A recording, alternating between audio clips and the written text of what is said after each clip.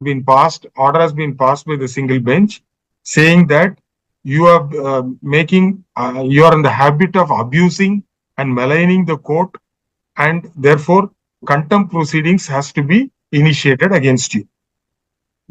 Therefore, the learned single bench, by order dated 23rd February 2024, has released the matter to be placed before the Chief Justice, and accordingly, matter is now listed. Now you have to show cause or explain why contempt should not be initiated, because according to the learned bench, This challenge accept. My lord, Hmm. please kindly see why Honorable Justice Shubhra Ghosh order mentionless.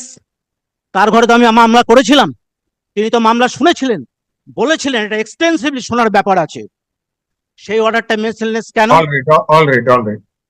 My lord, second point, দেশের সর্বোচ্চ আদালত supreme court, Ananya Banerjee নয়, এই court নয়, supreme court this allegation আমাকে মামলা করতে বলেছে। Please, the matter. সবকিছু